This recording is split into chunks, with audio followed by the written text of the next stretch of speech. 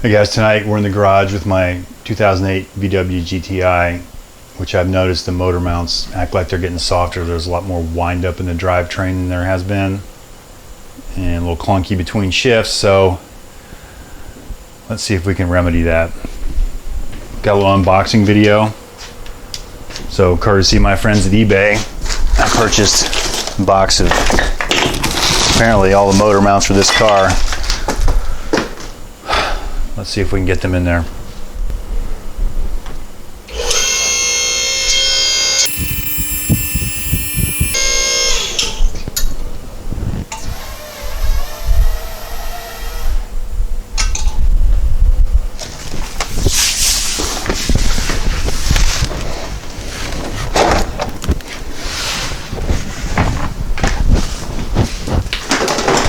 We'll get that out of the way if I need it.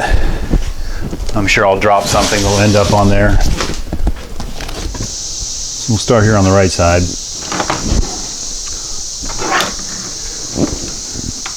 First we'll unbolt the washer fluid bottle, and that's definitely in the way. Tuck that back out. I've researched this a little bit, and they want you to drain the coolant, all kinds of stuff like that. I think I can probably unbolt that bottle and just move it to the side. T25 appears to be a popular size on this car.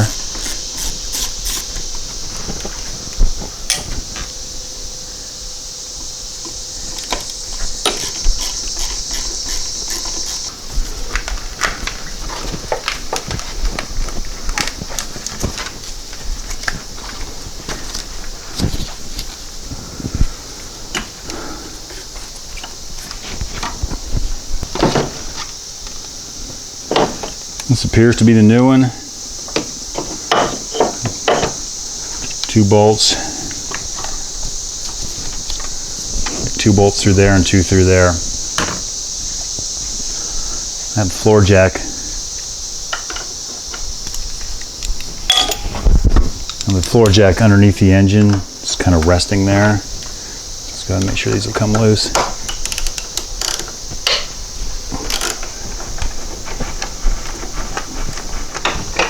The 13 here and here. All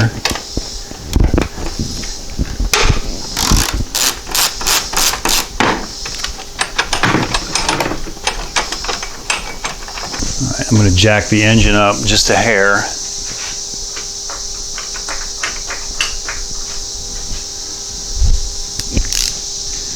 These are 18mm heads.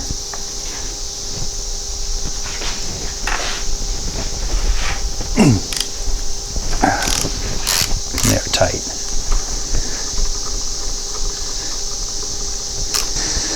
I say to replace all these bolts every time because they're torque to yield bolts, but I've done a timing belt on this car, like 100,000 miles, and obviously reused them and bad things didn't happen. So that thing's pretty squishy. Let's see what the new one looks like.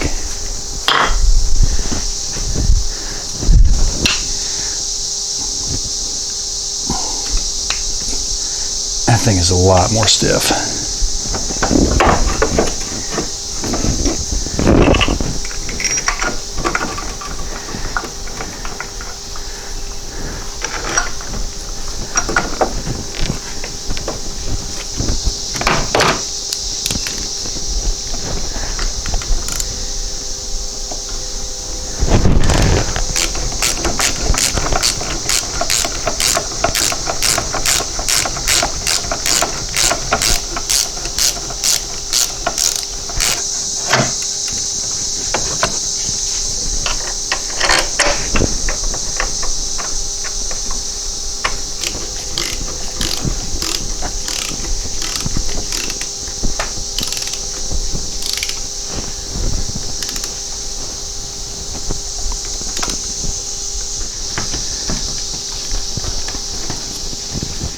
Okay, so that side's back together. One over here necessitates removing the battery. So underneath here, the kit came with this torque rod or Dogbone, and this mount here, which is pressed into this subframe, which apparently requires special tools, or you unbolt the whole subframe and go press it, and then bolt it back on and then get the car realigned. I'm not sure I'm into all that either. This one is definitely cracked. You can see that. But I have seen some upgrade kits where you take that bolt out, and you put this polyurethane insert up in there and put that bolt back in, and that stiffens it up. So I may try that. They're like 17 bucks on eBay. Plus, I noticed some CV grease out here, and I've got a blown out boot. So I don't hear any noise, so I need to get a boot kit for that too. If you can see it. There you go. Plus, it is freaking hot out here, so I think we'll reconvene another night. It says it's only 85 degrees, but my other gauge says it's 75% RH, and it feels like it. So, I think we'll reconvene another night. Finally getting back around to the motor mount project. So, we have this Dogbone motor mount to install under here, so let's get that taken care of. Since we're on the ground outside, I'm going to take this piece off and this bolt out, and this thing will come out supposedly. And in a previous shot we talked about the rubber mount can be replaced, but it requires a lot of work, and I'm not really into that right now, not feeling that. So I've got a cheater way to fix that, so we'll install that. First, these are 16s, this is a 21, I'll get them blasted out of there.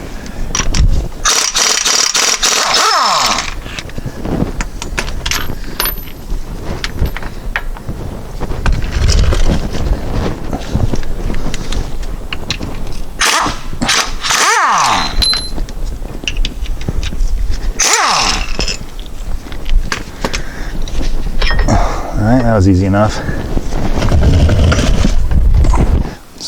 There's probably nothing wrong with this one, but I have it, so I'm going to replace it. Looks like the right part, or close enough knockoff of the right part. So right here, this insert is going to slide up in the existing cracked motor mount in there, and this is supposed to firm up shifting, etc. So we'll see what that does. So that'll go in.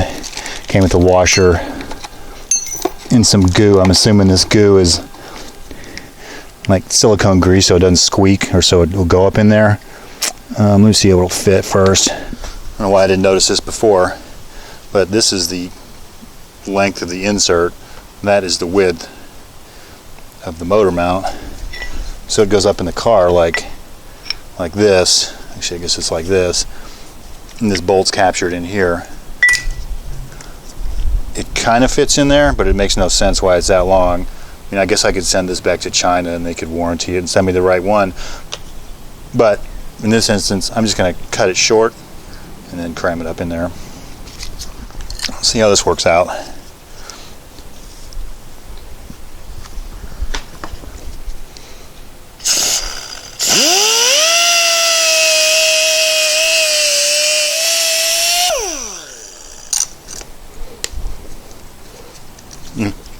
So.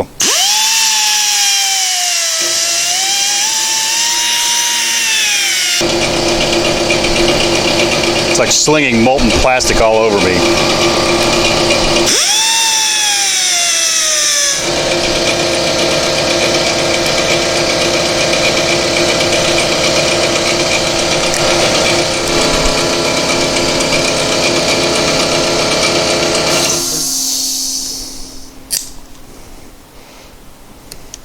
May have been a better way to go from the start.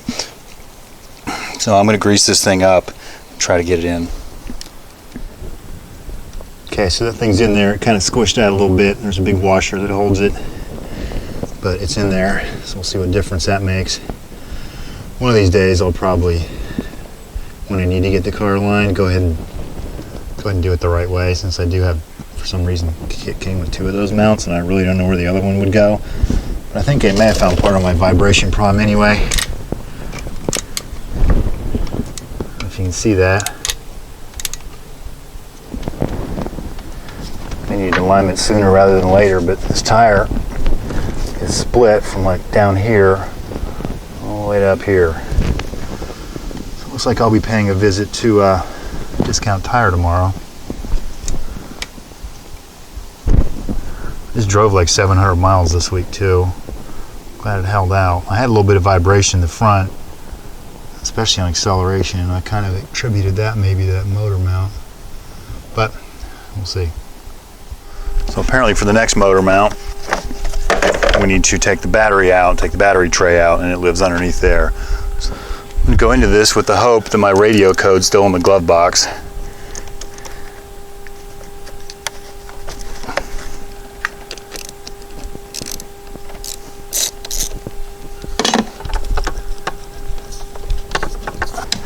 Hold down bolts 13.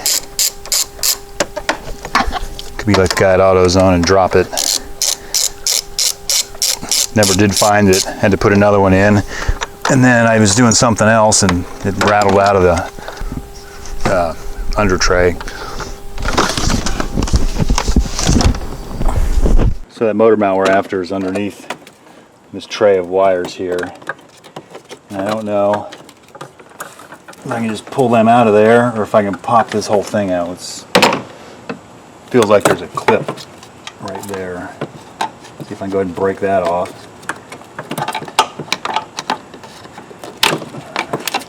It sort of actually came out. It's got some clip-like something up front here too.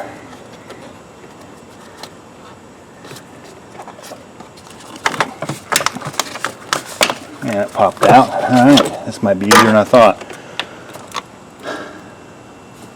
Let's get the new one and see what it looks like.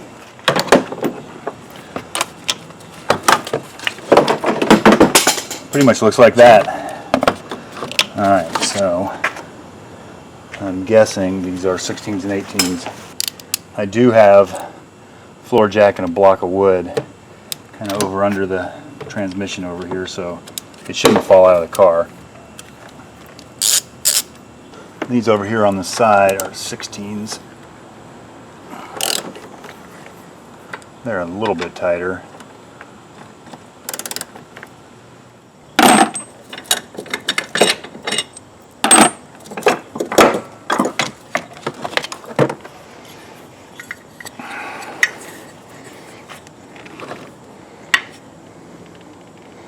So there we go. See if I can detect any difference. You know, it looks a little out of sorts.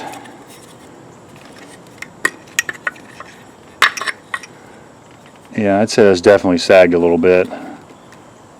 Anyway.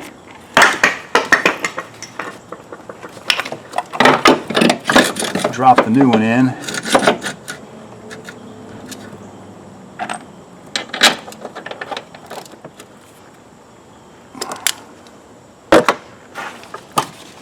All this stuff can actually just go ahead and go back.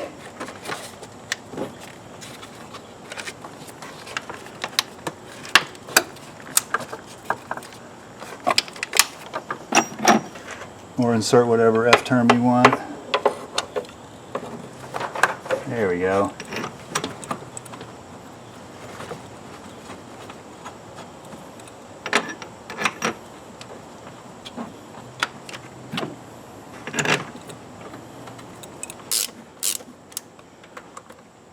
I'm going to sort of run these down close, and then I'll match up the dirt to get them back in the same position.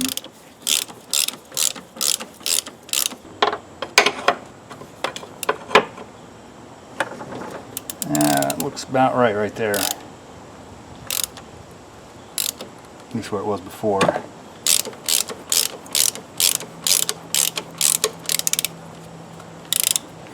Torque it.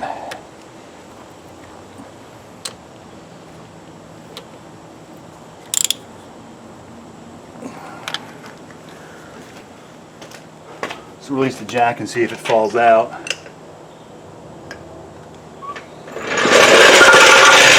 Doesn't appear to be any drama associated with that. So I'm going to take a little extra time. and blow all this leaves and crap out of here. Hold your ears and cover your eyes.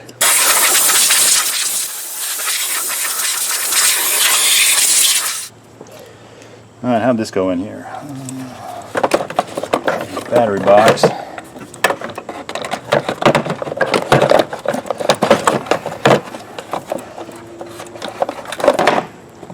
About like that. There are 3 little M6 bolts with a 10mm head.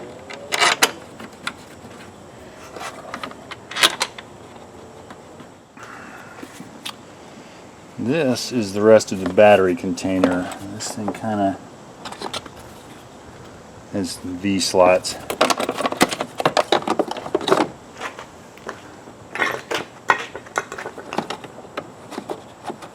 Slides down in, pops into some stuff, but it's important that you put the damn cable inside there first.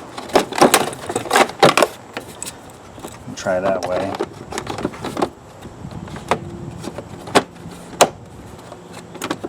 There we go, looks a little better. And the battery. The thing flies apart.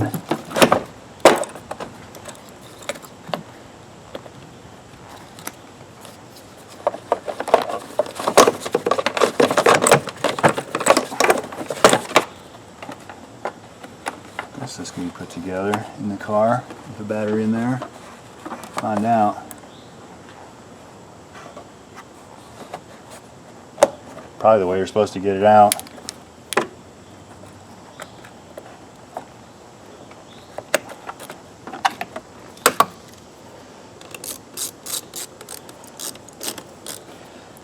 It'll snap, crackle, pop when you hook it up. And the alarm system does not like that. I should probably find the key. So there we go. There's that. How old is this battery? 7 of 14. So we're at the 5-year mark now. Probably one of them in my future this winter. There's a hold down clamp. It's a 13 that goes over on this side.